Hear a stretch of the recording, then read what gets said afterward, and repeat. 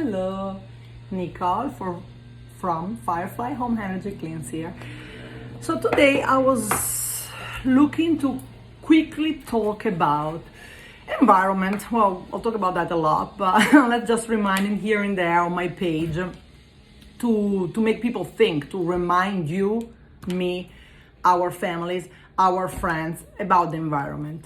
The biggest threat to humanity, and unfortunately even to our animals, because the fact is animals will pay the price and are already paying the price for our own greed, for humans' mistakes, humans' greed, for our lack of interest, because tons of us don't care. Oh, it's just a piece of plastic. Oh, it's just this time. Oh, whatever. I mean, for the amount of rubbish and trash I see all around my neighborhood, I saw going to the beach, some beaches more than others, and so on, it means there's a lot of humans that don't care. It's not a few percentage, it's at least 50%, if not 60. I hope on my heart that it's not 60, but it might be. If you hear confusion, it's my cats. They're playing with each other. They're running behind each other. Let them play. Let them do noise. Doesn't matter. They're animals. They need to play. They are different than us. So always remember, also if you have pets, if you have animals, remember, don't think like a human. Always study, inform yourself about the pets or the animals you're taking care of, and treat him, them, her accordingly. It's very important for me. I have animals and kids and children dearly in my heart. They are the only innocents. Not all kids. Some kids, unfortunately, are psychopaths or sociopaths, but that's a very, very, very small percentage. Those have to be put in an institution. But all the others are innocent. Kids and animals, they're innocent. So we have a responsibility to them. We need to treat them right. We need to make them grow right. We need to love them right. Don't have them if you cannot love them. Refrain from having pets or children if you cannot be responsible towards them, if you cannot love them, if you cannot take care of them in the right way. Just don't. It's not that hard. Avoid it. Be alone. Be by yourself. Enjoy life. Oversleep, overdrink, overeat. I don't care, as long as you hurt nobody, especially as long as you don't hurt other living sentient beings with your irresponsibility. It's great, be irresponsible, but be irresponsible alone, by yourself. Only responsible are you, yourself, and that's it. It's not that hard. Now, environment is different because the environment is of everybody. So we need to be responsible, but we also need to vote. And in United States, I'm Italian, but I talk from United States right now, and I'm a resident. In United States is very, very important, this vote, this period. And I would like to suggest something. Put all the other things on the side for as much as important they are. Taxes, immigration, everything. Those are important, very important, but not as important as our own environment. So try to vote for the party or for the people that have more points to save the environment, to look for the environment, to care about the environment. Because guess what? Let's say we don't have drinkable water. Flint, anybody? United States, do you remember Flint? We have climate change. It's natural, yeah, everything is natural. But guess what? We humans and our human activity push the climate change to an extreme. We speed up the regular or the normal changes that will happen in 1,000,000 years in 100 years. So yes, that matters. Believe it or not, it matters. Go listen to scientists. I will repeat what Greta Thunberg, there's so many of you, I don't know why, hates. Listen to the scientists. Are you a biologist? Are you an astronomist? Are you a climatologist? Are you a weather expert? Are you, I don't know, any kind of scientist? No, you're not. Don't only listen to QAnon or to the right ideology, or to the left ideology, or to whoever you always listen to, can be Fox News or CNN or whatever. Stop listening to manipulated outlets.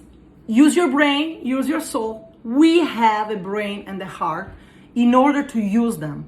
So activate them. So yeah, listen and read what you're reading and what you're listening. But then also, please, I'm asking you, begging you, listen and read the other part, the opposite part.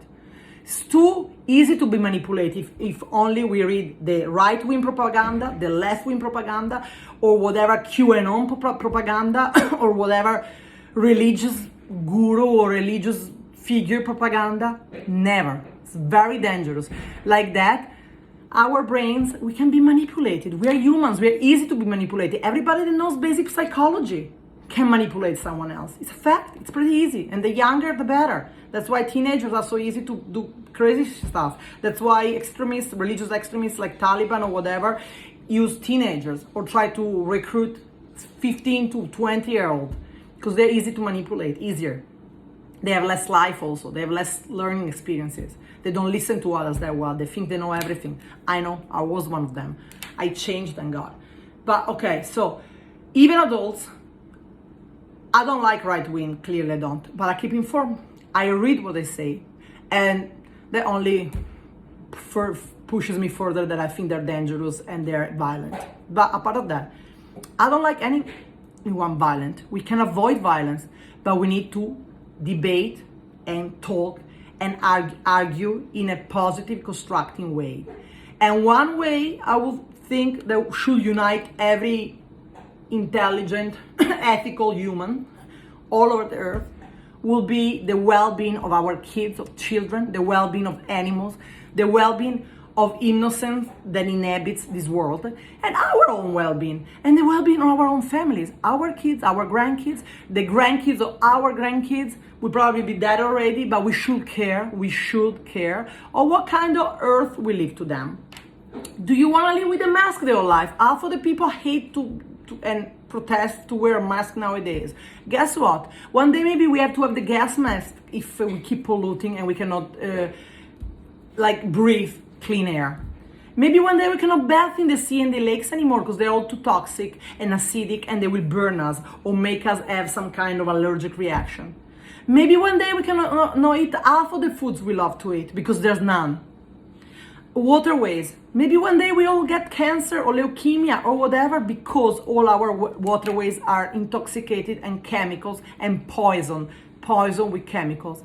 Please, people, vote for the good, for the well-being of this generation, next generation, and 10 generations from now. Like the Native American used to say. Every time you do an action, think about how it's gonna impact the world, the earth, and the people and animals 7 generations from now. That means 20 times 7, generation 20 years, 15 years. I'm not good in that, but let's say 15. 15 times 7. How many years from now? Do the math. We have to switch, we have to change and be better in our ethics.